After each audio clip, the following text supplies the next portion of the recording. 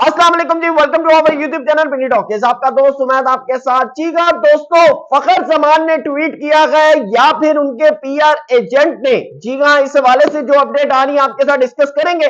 साथ ही साथ क्या ये पीआर एजेंट पाकिस्तान क्रिकेट को तबाह कर रहे हैं, डिस्ट्रॉय कर रहे हैं, या फिर पाकिस्तान क्रिकेट के लिए आने वाले दिनों में कैसे खतरनाक साबित हो सकते हैं, इसके ऊपर बात करेंगे। साथ ही साथ दोस्तों एक और चीज आपके साथ डिस्कस करने जा रहे हैं कि हर बंदा परेशान है, आखिरकार ये साया कॉर्पोरेशन क्या है, साया कॉर्पोरेशन का और पाकिस्तान क्रिकेट बोर्ड का क्या रिलेशन है। जी हाँ, ये तमाम चीजें आपके साथ इस वीडियो के अंदर डिस्कस करने जा रहे हैं। चैनल पे नए आए हैं तो इसको सब्सक्राइब करें, वीडियो पसंद आए तो लाइक करें, साथ साथ कमेंट सेक्शन में आप भी अपनी खास राय से हमें जरूर बताइएगा। और इन तमाम सवालात के जवाबात के लिए वीडियो को अंत तक जरूर देखिएगा, आपको सारी स्टोरी जो है वो समझ आ जाएगी। जी हाँ दोस्तों, आपको बताते चले कि पाकिस्तान क्रिकेट के जो प्लेयर्स होते हैं, इनकी पीआर प्रमोशंस के लिए इनके एडवर्टाइजमेंट कंपनीज के साथ जितने भी कॉन्ट्रैक्ट्स होते हैं वो बकायदा एक एजेंट्स के थ्रू होते हैं, और वो एजेंट्स जो होते हैं वो एक कंपनी बनाते हैं। वैसे पाकिस्तान क्रिकेट बोर्ड का जो शेड्यूल है उसके मुताबिक एक कंपनी जो है वो दो प्लेयर को जो है वो फैसिलिटेट कर सकती है, लेकिन यहां पर एक कंपनी जो है तकरीबन बताया जाता है कि 35 से 40 प्लेयर्स को जो है वो सर्विसेज प्रोवाइड कर रही है। जी हाँ दोस्तों, बाज़ औक़ात ये बात भी सामने आई है कि वो प्लेयर्स जो इस वक्त पाकिस्तान क्रिकेट बोर्ड के सेंट्रल कॉन्ट्रैक्ट में नहीं है, बल्कि होपफुली वो पाकिस्तान के डोमेस्टिक के अंदर खेल रहे हैं और परफॉर्म कर रहे हैं, लेकिन वो पाकिस्तान की इंटरनेशनल क्रिकेट नहीं खेले, सेंट्रल कॉन्ट्रैक्ट में नहीं है, लेकिन इन पीआर एजेंट्स के पास अभी से फ्यूचर एनरोलमेंट उनकी हुई भी है। ठीक है, तो दोस्तों ये कितने ताकतवर हैं आपके सामने ही है। लेकिन आपको बताता चलूं कि पाकिस्तान क्रिकेट बोर्ड के अंदर दो कंपनीज जो है वो काम कर रही है पीआर प्रमोशंस के लिए, या पीआर एजेंट्स आप उनको कह लें।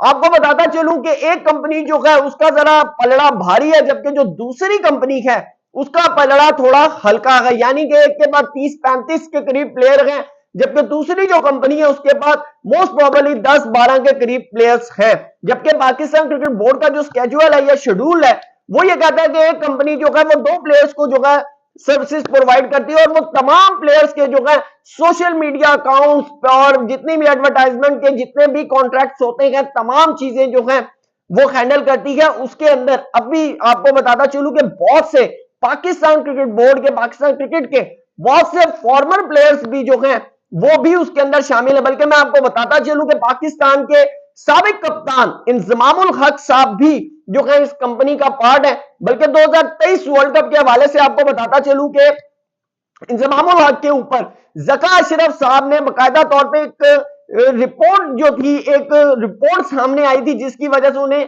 चीफ सेलेक्टर के ओहदे से जो है वो उतार दिया था। जी हाँ, वो मुस्ताफी हो गए थे एहतिजाजन, लेकिन उस रिपोर्ट का आज तक ना सर सामने आया ना पांव सामने आया। बेसिकली वो इशू ये था कि पाकिस्तान टीम के जो प्लेयर्स थे वो इस पीआर कंपनी के पास थे, और साथ ही साथ जो है वो पीआर कंपनी पाकिस्तान के प्लेयर्स को सेंट्रल कॉन्ट्रैक्ट साइन करने के लिए नहीं कह रही थी, लेकिन पाकिस्तान क्रिकेट बोर्ड की तरफ से इंजमामुल हक साहब जो कि ऑलरेडी उस कंपनी का हिस्सा थे, तो वो जका अशरफ साहब को कह रहे थे कि मैं और आप जो है आप मुझे इजाजत दें, मैं इन प्लेयर्स के साथ निगोशिएट करके सेंट्रल कॉन्ट्रैक्ट जो है वो साइन करवा देता हूं। तो जिस वक्त ये तमाम स्टोरी सामने आई जका अशरफ साहब के, तो उन्होंने इंजमामुल हक साहब से जो है इस्तीफा मांग लिया। तो फिर एहतिजाजन जो है इंजमामुल हक साहब ने इस्तीफा दिया, और साथ ही साथ जो है एक बाकायदा तौर पर इंक्वायरी जो है खुलने का नाम सामने आया, लेकिन उस इंक्वायरी का क्या बना आज तक किसी को कुछ पता नहीं है। तो दोस्तों आपको बताता चलूं कि माजी में ऑलरेडी एक दफा जो है आपको बताऊं कि जब नजम सेठी साहब के दौर में गालबन बाबर आजम को कप्तानी से उतारने की बात हुई, तो उस वक्त शाहीन शाह अफरीदी और हारिस रऊफ के ट्विटर अकाउंट से एक सोचना भी है मना के जो है हैशटैग जो है वो सामने आए, साथ उनकी ट्वीट सामने आई। तो आपको बताता चलूं कि उसके ऊपर जो शाहीन शाह अफरीदी है उनके करीबी जराये ये बताते हैं कि वो जो पोस्ट थी या वो जो सोचना भी मना है का जो हैशटैग था ना, वो शाहीन शाह अफरीदी ने यूज नहीं किया था।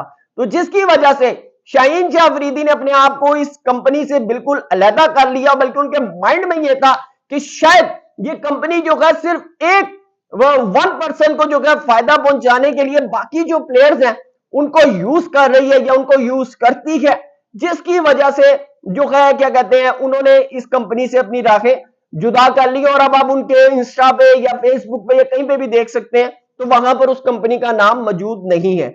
लेकिन फखर जमान जो है वो भी उसी कंपनी का हिस्सा है जिसका बाबर आजम, मोहम्मद रिजवान, ये तमाम लोग जो है शामिल है। तो अब जो एक स्टोरी बताई जा रही है कि मोहम्मद रिजवान के साथ साथ फखर जमान जो थे वो भी कप्तानी का एक पार्ट थे। जबकि आपको बताता चलूं कि आकिब जावेद साहब जब पाकिस्तान के अभी के सिलेक्टर अनाउंस नहीं हुए थे तो उन्होंने बड़ा क्लियरली तौर पे कहा था कि अगर पाकिस्तान का व्हाइट बॉल टीम का कैप्टन होना चाहिए तो वो फखर जमान को होना चाहिए। लेकिन जब बाबर आजम को रेस्ट देने की बात आई और फखर जमान के सोशल मीडिया अकाउंट से जब वो पोस्ट हुई, और आप यानी कि अगर फखर जमान को जानते हैं ये तमाम चीजें, मोस्ट प्रोबेबली वो फखर जमान से जो है उनका ओपिनियन लेकर पोस्ट हुई होगी, लेकिन जो उसकी सिचुएशन है, जो उस पोस्ट का जो टाइमिंग है वो बड़ी मैटर करती है। कि दो नाम थे कप्तानी की दौड़ में, तो एक नाम जो है वो ऑटोमेटिकली शोकास की वजह से बाहर हो गया, तो फिर वन एंड ओनली एक ही बंदा बचता है।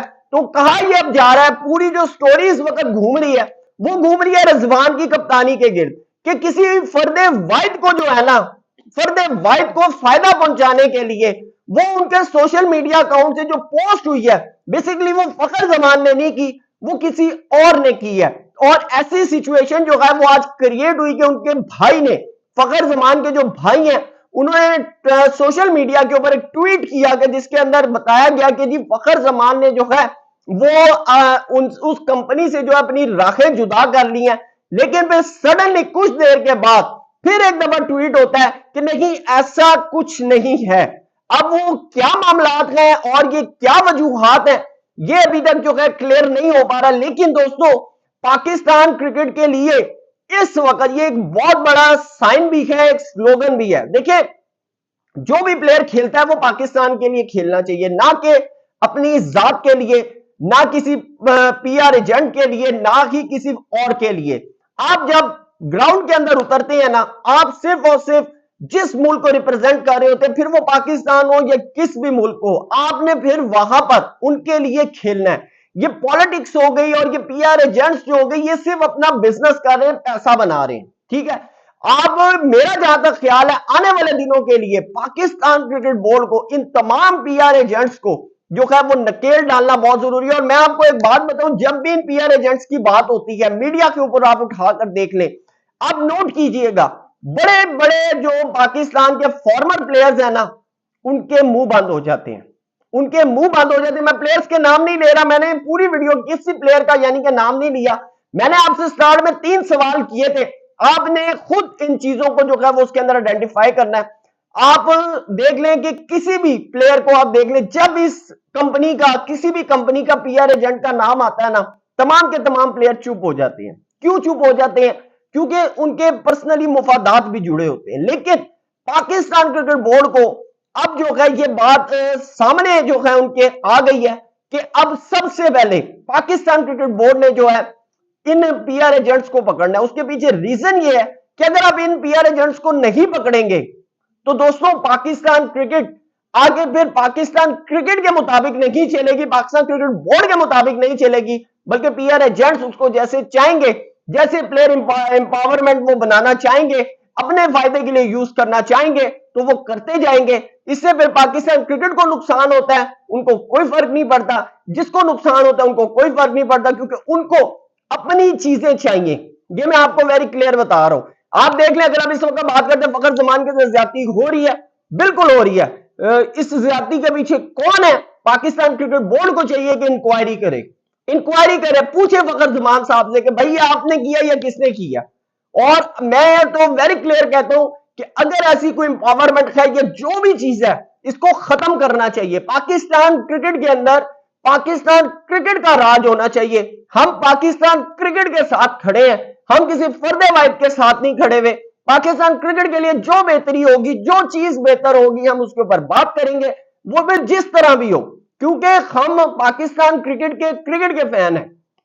हम फखर जमान के साथ क्या को बाबर आजम हो, इंक्लूडिंग रिजवान हो, शाहीन चाफरी, तो जिसके साथ ज्यादती होगी हम उसके ऊपर बात जरूर करेंगे और करनी चाहिए। तो दोस्तों ये सारी सिचुएशन है जिसके ऊपर अहमद शहजाद जो हैं उन्होंने भी बकायदा ये बोले हैं कि ये फर्द वाहिद को, लेकिन मैं इसके ऊपर ये बिल्कुल नहीं कहता कि शायद वो फर्द वाहिद मोहम्मद रिजवान को फायदा देने के लिए है, क्योंकि अगर अभी इनडायरेक्टली तौर पे अगर हम बात करें तो फायदा तो मोहम्मद रिजवान को हुआ, लेकिन पाकिस्तान की कप्तानी भाई इतनी आसान नहीं है, समझ नहीं, आग का दरिया है और डूब के जाना है। आपकी क्या राय है जरूर बताइएगा। Thank you so much, Allah Hafiz.